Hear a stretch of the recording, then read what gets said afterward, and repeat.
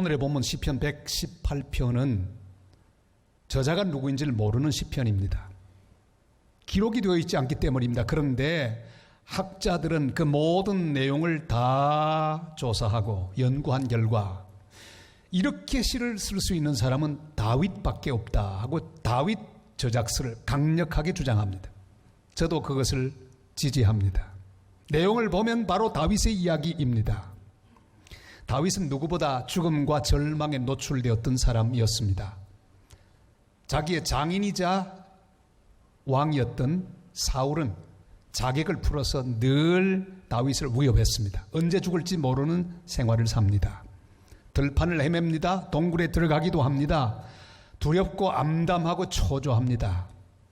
피해도 피할 곳은 없습니다. 아무도 자기를 도와줄 사람은 없습니다. 그러나 그는 기어이 살아남았습니다. 여러분, 이 시를 통해 그가 어떻게 살아남은지를 간증하고 있습니다. 이 고백 속에서 이 시대를 살아가는 모든 성도들이 살아남는 비결을 발견할 수 있게 되기를 바랍니다. 어떻게 그가 살아남았습니까? 그는 이렇게 말하고 있습니다. 여호와께 피하라. 그렇게 말하고 있습니다. 우리 8절 9절을 같이 읽습니다. 여호와께 피하는 것이 사람을 신뢰하는 것보다 나으며 여호와께 피하는 것이 고관들을 신뢰하는 것보다 낫도다. 아멘. 사람은 어쩔 수 없습니다. 모두 연약한 존재이기 때문에 절망적인 상황에 계속 머물러 있으면 나도 모르게 포기하고 싶은 마음이 생깁니다. 좌절의 상황에 계속 머물러 있으면 다 끝내고 싶은 생각이 우리 속에서 일어납니다. 그래서 중요한 것은 그곳에서부터 나와야 합니다. 자, 그런데 하나님께 피한다고 하는 것은 도망치는 것을 말하는 게 아닙니다. 현실 도피하는 것을 의미하는 것이 아닙니다. 도피는 절대로 대책이 되지 못합니다. 오히려 직면해야 합니다. 지금은 다윗에게 온갖 공포와 절망과 죽음과 위협들이 그를 에워싸는 위기 가운데 있습니다. 그러나 그는 그 모든 것의 공격을 그냥 받지 않았습니다. 그 모든 것 하나하나를 하나님과 더불어 바꾸어 버리는 귀한 믿음의 행동을 했습니다. 우리 11절 말씀을 같이 한번 읽어볼까요? 다 같이요. 그들이 나를 에워싸고 에워쌌으니 내가 여호와의 이름으로 그들을 끊으리로다. 아멘. 우리를 에워싸고 있는 모든 것들을 내가 직접 대하면 우리는 질 수밖에 없습니다. 우리 인간에게 그만한 힘은 없습니다.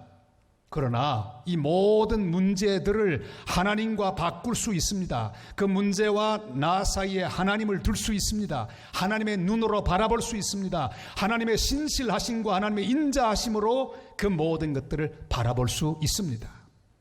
그렇게 문제와 하나님을 바꾸어 놓고 바라보면 불안과 공포가 불타기 시작할 것입니다.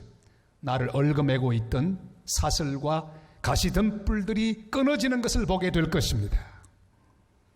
우리는 자연계를 보면서 많은 메시지를 발견합니다. 특별히 이 자연계의 모든 생물들, 동물들은 자기 보호 본능이 엄청납니다. 생존 본능이 어마어마합니다. 우리가 흔히 지나치기 쉬운 꽃게도 가만히 보면 생존 본능이 있습니다. 다리 하나가 잘라지면 자기가 스스로 또 한쪽 다리를 그만 잘라버립니다. 왜? 생존하기 위해서. 스스로 자르는 걸 이걸 자절이라고 하죠. 이런 현상은 여러 군데 일어납니다. 해삼, 위기를 당하면 이 해삼도 자기의 창자를 그냥 빼서 밖으로 배출시킵니다. 왜요? 살아야 되기 때문에. 그래서 그는 속을 다 빼어버리고도 기어이 살아남습니다. 사람들이 속 상한다고 못 참는 건 미물만 못한 거죠. 가재도 도마뱀도 거미도 불가사리도 심지어 메뚜기 한 마리도 다 그렇게 생존하기 위하여 잘라버립니다. 여러분, 우리가 위기 중에 살아남는 귀한 비결이 여기 있습니다. 영적인 자절을 배워야 합니다. 귀한 것 남겨두고 필요 없는 것, 덜 중요한 걸 잘라버리는 원리를 배워야 합니다. 내가 붙잡고 있는 것을 놓아야 합니다. 비워야 합니다. 버려야 합니다. 사랑하고 의지했던 것을 버리고 오직 주님만 잡아야 합니다. 주님 한 분만 붙잡으면 우리는 살아남을 수 있습니다. 가만히 생각해 보면서 이것저것 다 없어져도 주님 한 분만으로 나는 살 수 있겠구나 하고 하는 믿음이 내 속에 나오기 시작하면 우리는 기어이 살아남아 주님께 영광을 돌릴 수 있을 것입니다. 시편 62편 1절 2절이 이렇게 말씀하죠. 다 같이요. 나의 영혼이 잠잠히 하나님만 바라며 나의 구원이 그에게서 나오는도다. 오직 그만이 나의 반석이시요 나의 구원이시요 나의 요새이시니 내가 크게 흔들리지 아니하리로다. 아멘. 오직 여호와의 이름으로 끊어낼 수 있습니다. 불태울 수 있습니다. 하나님 한 분만 남기고 다 끊어버리는 준비를 하시기를 바랍니다. 이 모든 것 다 없어져도 주님을 붙잡는 것 하나만 있다고 하면 우리는 충분히 생존할 수 있습니다. 다른 건 다 없어도 살 수 있습니다. 그러나 주님 없이는 우리는 살 수 없습니다. 127시간이라고 하는 그런 영화가 있었습니다. 실화입니다. 아론 넬스톤이라고 하는 사람, 그 사람이 모험을 즐겼습니다. 그러다가 어느 협곡을 지나가다가 굴러떨어지고 말았습니다. 그런데 그 위에 바위가 구르면서 그만 자기 손이 큰 바위에 아주 끼고 맙니다. 127시간 동안 그는 견디고 사투를 벌입니다. 어떻게 됐을까요? 살아 돌아왔습니다. 어떻게 해요? 중요한 살아 돌아온 비결이 있습니다. 그는 고민합니다. 어떡하나? 그대로 있다간 다 죽습니다. 굶어 죽습니다. 아무도 찾아오지 않을 것입니다. 그는 결단합니다. 뭘 하기로?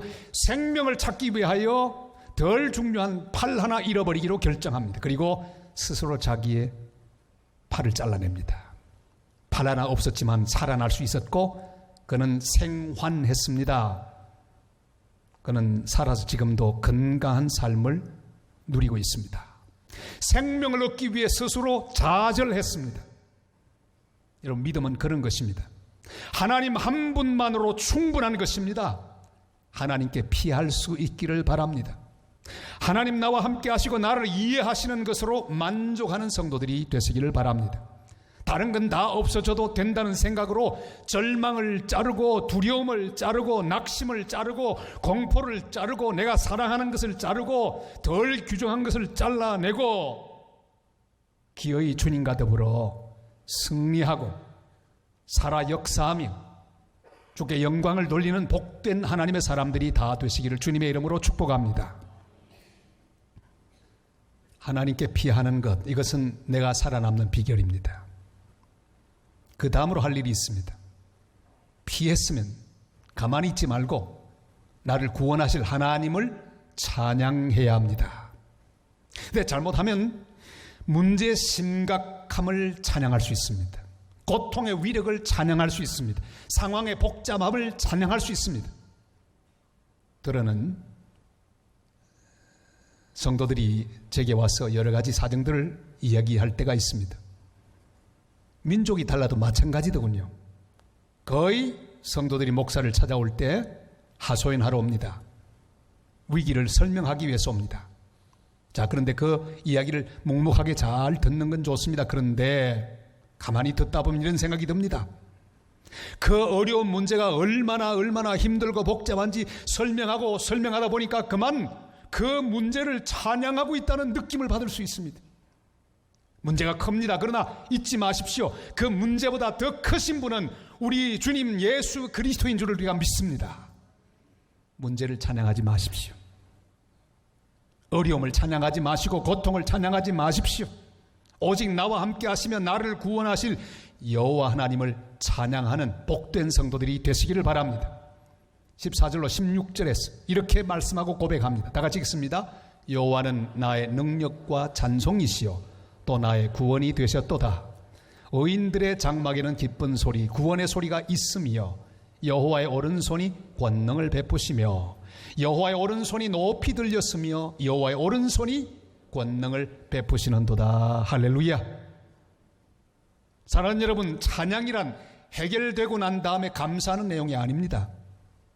모든 것이 풀리고 난 다음에 기뻐하고 하나님을 높이는 그런 내용만 있는 게 아닙니다. 아직 문제 가운데 있지만 앞으로 행하실 하나님의 능력을 인정하고 높이며 부르는 노래, 그게 바로 찬양입니다. 바울과 실라는 아직도 깊은 감옥에 갇혀 있지만 그곳에서 주님을 찬양합니다. 감옥문은 열리고 말았습니다. 여호사밧 왕은 아직도 열세 중에 있고 위기 중에 있습니다. 적군이 침범해서 어찌할 바를 모르는 가운데 있습니다. 그러나 승리를 주신 여호와 하나님, 그 하나님을 찬양했습니다. 하나님이 승리를 주셨습니다. 요나는 아직도 큰 물고기 뱃속에 있습니다. 깜깜합니다. 앞길이 보이지 않습니다. 그러나 이미 구원하신 하나님, 그 하나님을 소리 높여 찬양하기 시작했습니다. 요나서 2장 9절이 바로 그것을 보여주고 있죠. 다 같이요. 나는 감사하는 목소리로 주께 제사를 드리며 나의 서원을 주께 갚겠나이다. 구원은 여호와께 속하였다 하니라. 아멘. 그렇습니다. 지금 현재 아직도 문제가 해결되지 않았지만 믿음의 눈으로 구원하시고 해결하신 것을 바라보고 주님을 찬양하게 되는 것, 이것이 바로 믿음입니다. 질병의 위협 가운데 계십니까? 의사가 어느 날 고개를 흔들면서 심각하게 나를 향해 어떤 선고를 했습니까? 그러나 바로 그 자리에서 우리는 여호와 하나님을 찬양해야 합니다. 시편 103편 3절로 5절이 말씀하죠. 다 같이요. 그가 내 모든 죄악을 사하시며 내 모든 병을 고치시며 내 생명을 파멸해서 속량하시고 인자와 긍휼로 관을 씌우시며 좋은 것으로 내 소원을 만족하게 하사 내 청춘을 독수리같이 새롭게 하시는도다. 아멘. 우리가 인생을 살다 보면 궁지에 몰릴 때가 있습니다.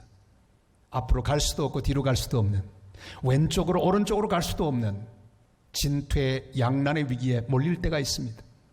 궁지에 몰렸습니다. 웅덩이에 빠졌습니다. 어찌할 바를 모르는 상황에 우리가 처할 때가 있습니다. 그래서 포기하고 싶은 마음이 들 때가 있습니다. 그러나 이 말씀을 기억하십시오. 시편 40편 2절로 4절입니다. 같이요. 나를 기가 막힐 웅덩이와 수렁에서 끌어올리시고 내 발을 반석 위에 두사 내 걸음을 견고하게 하셨도다. 새 노래 곧 우리 하나님께 올릴 찬송을 내 입에 두셨으니 많은 사람이 보고 두려워하여 여호와를 의지하리로다. 아멘. 기가 막힌 웅덩이에 빠져도 주님은 건져 주실 것입니다. 주님이 행하실 구원의 역사를 믿고 여호와를 찬양하는 성도들이 되시기를 바랍니다. 주님께서 우리를 웅덩이에서 건져 주실 것입니다. 도저히 벗어나기 어려운 죄책감에서 시달릴 때도 있습니다. 지은 죄를 돌아보며 부끄럽게 여기고 절망할 때도 있습니다. 그러나 주님의 음성에 귀를 기울여야 합니다. 시편 103편 12절로 14절 말씀 다 같이요. 동이 서에서 먼 것 같이 우리의 죄과를 우리에게서 멀리 옮기셨으며 아버지가 자식을 긍휼히 여김같이 여호와께서는 자기를 경외하는 자를 긍휼히 여기시나니 이는 그가 우리의 체질을 아시며 우리가 단지 먼지뿐임을 기억하심이로다. 아멘. 주님께 피한 사람은 그 주님께 집중해야 합니다. 주님이 행하실 일을 기대해야 합니다. 다윗이 그랬습니다. 사울에게서 도망해서 그는 아둘람 굴에 숨었습니다. 그러나 그 굴마저 안전하지 못한 것을 그는 알았습니다. 그래서 다시 그는 하나님께로 피합니다. 그리고 하나님 찬양하기를 결심합니다. 바로 이런 상황에서도 내가 주님을 찬양하리로다 결심하면 노래를 시작합니다. 시편 57편 6절로 8절 말씀 다 같이요. 그들이 내 걸음을 막으려고 그물을 준비하였으니 내 영혼이 억울하도다. 그들이 내 앞에 웅덩이를 팠으나 자기들이 그 중에 빠졌도다. 하나님이여 내 마음이 확정되었고 내 마음이 확정되었사오니 내가 노래하고 내가 찬송하리이다. 내 영광아 깰지어다. 비파야 수금아 깰지어다. 내가 새벽을 깨우리로다. 아멘.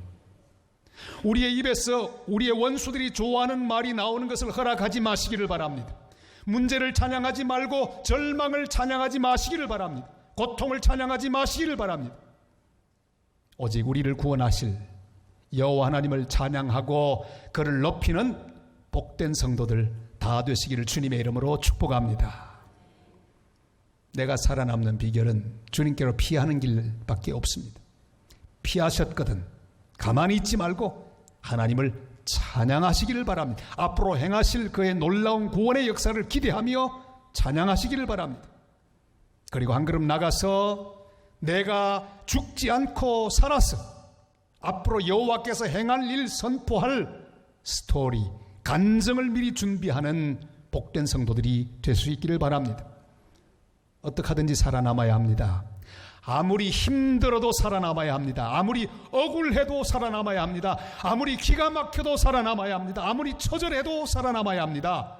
그래서 주께서 행하신 일을 선포하는 여생을 살아야 합니다. 가룟 유다는 가만히 보면 그래도 양심이 살아있는 사람인 것처럼 보입니다. 예수님을 팔아먹고 너무 괴로웠습니다. 괴로워하는 게 사람이죠.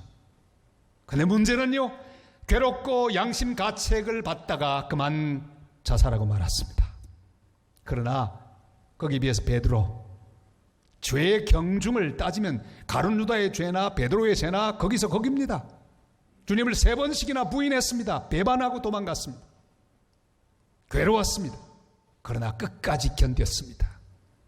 눈물을 흘리고 가슴을 쳤습니다. 새벽 닭이 울 때 그의 가슴은 터질 것 같았습니다. 그러나 기어이 살아남았습니다. 회개의 눈물을 흘리고 주님을 바라보았습니다. 주님 그를 다시 일으켜주시고 위대한 용서와 하나님 은혜의 스토리를 간증하는 여생을 살 수 있었습니다. 스펙은 잘못될 수 있습니다. 우리가 스펙을 적으려고 하면 화려한 스펙이 아닐 수도 있습니다. 별로 적을 게 없습니다.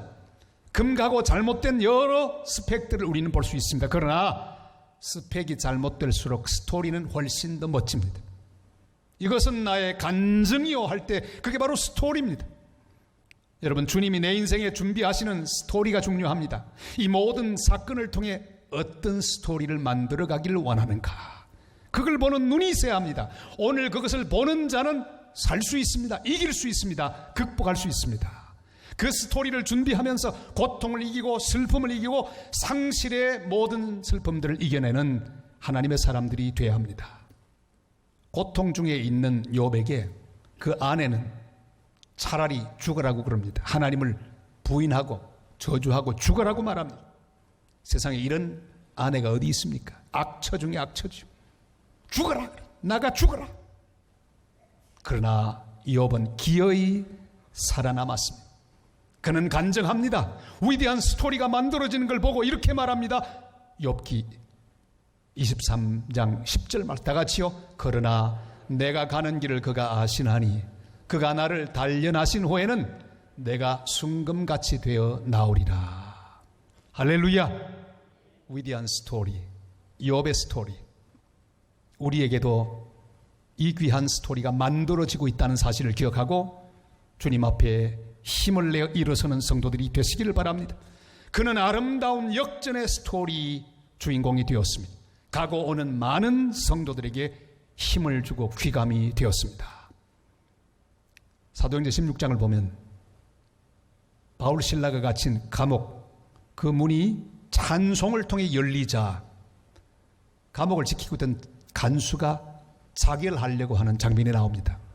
그는 이것저것 보지도 않고 칼을 빼어서 죽으려고 합니다. 근데 바울이 만류하죠. 죽지 말라. 저는 정신 차립니다. 그는 몰랐습니다. 그 밤, 그 절망의 밤, 이제 모든 기회를 잃어버리고 이제는 책임 추궁을 당하고 굉장한 절망이 다가오고 있다는 생각을 했는데 그게 아니었습니다. 바로 주님의 영광이 기다리고 있었습니다. 간정이 기다리고 있었습니다. 그는 마음을 고쳐먹고 살아났습니다. 바울에게 복음을 듣고 온 집안이 예수를 믿고 세례받고 유럽의 거의 첫 번째 교인이 되었습니다. 여러분, 기다리고 주님이 하시는 일을 바라보아야 합니다. 간정이 마련되고 있습니다. 스토리가 준비되고 있습니다.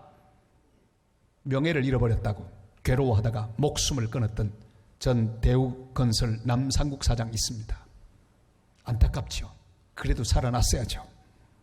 하도 억울해서 답답하고 원통하고 분해서 한강에 투신했던 전 경남기업 회장, 국회의원이었던 성완종 씨가 있습니다. 그분은 예수 믿는 사람이었죠. 너무 안타까워요. 그래도 그렇게 가시면 안 되죠. 그 최후는 우리를 안타깝게 합니다. 그래도 살아남았어. 다시 회개하고 다시 주님을 붙들고 새로운 스토리를 만들어야죠. 그 그만 그렇게 잘못되었기 때문에 그가 만들어둔 이전의 모든 건 다 헛것으로 돌아가고 말았습니다. 그런데 감전사고로 두 손을 잃어버린 한 사람이 있습니다. 그는 소치 올림픽에서도 런던 올림픽에도 수많은 사람들에게 직접 그림을 그려서 글을 써서 감동을 줬던 사람입니다. 그는 바로 석창우 화백입니다. 사고를 당한 후 그는 절망했습니다. 그러나 주님을 바라보고 힘을 얻었습니다. 죽으려고 했지만 용기를 내었습니다. 끊어진 팔에 붓을 묶어서 그림을 그리기 시작했습니다. 그는 서예 크로키라고 하는 새로운 그의만의 기법을 개발했습니다. 그는 주님을 바라보고 믿음으로 일어났습니다. 서울 동산교회를 다니는 귀한 믿음의 사람입니다. 그는 이렇게 고백합니다. 나는 손발을 못 쓰므로 온몸을 써서 더 감동적으로 표현하게 되었습니다. 손이 없으므로 다른 것 하지 못하고 한 가지만 잘해서 더 잘하게 되었습니다. 역경이 나를 만들었습니다. 이유는 없습니다. 어떤 상황에서도 살아남도록 명령하셨습니다. 주님 우리에게 명령하십니다. 피투성이라도 살아남아라. 에스겔 16장 6절 말씀입니다. 다 같이요. 내가 네 곁으로 지나갈 때에 네가 피투성이가 되어 발짓하는 것을 보고 내게 이르기를 너는 피투성이라도 살아남으라. 다시 이르기를 너는 피투성이라도 살아있으라 하고. 아멘. 이스라엘의 상태는 그야말로 피투성입니다. 희망이 없습니다. 절망입니다. 그래도 주님 말씀합니다. 살아남으라. 살아있으면 하나님 은혜를 받을 수 있습니다. 회복될 수 있습니다. 살아있으면 하나님 하시는 일을 볼 수 있습니다. 놀라운 간증은 새로 만들어질 수 있습니다. 우리 모든 한국 백성은 60, 70년대 어려운 모든 시기를 잘 통과했습니다. 그때 어려울 때 우리는 서로서로 격려하며 하던 말이 있었습니다. 저희 어머니도 제 손을 잡고 항상 이렇게 말했습니다. 얘야 힘내거라, 잘 견디거라. 그래서 우리 옛말하고 살자구나 그랬죠. 여러분도 아마 옛날에 많이 하셨을 거예요. 옛말하고 살자. 그렇습니다. 성도 여러분, 지금 어렵고 힘든 시간을 보내고 있는 자들이 있습니까? 사방으로 애워쌈을 당하고 있는 분들이 계십니까? 더 견딜 수 없는 고통 가운데 있는 분들이 계십니까? 주님께로 피하시기를 바랍니다. 주님께 맡기시기를 바랍니다. 주님이 하실 일을 기대하며 찬양할 수 있기를 바랍니다. 더 이상 문제를 찬양하지 말고 주님을 찬양하는 백성들이 되시기를 바랍니다. 그리고 앞으로 내가 죽지 않고 살아서 이 일을 통해 체험한 주님의 인자하심과 사랑을 선포하게 될 간증을 준비하며 날마다 이기고 승리하는 복된 성도들 다 되시기를 주님의 이름으로 축복합니다.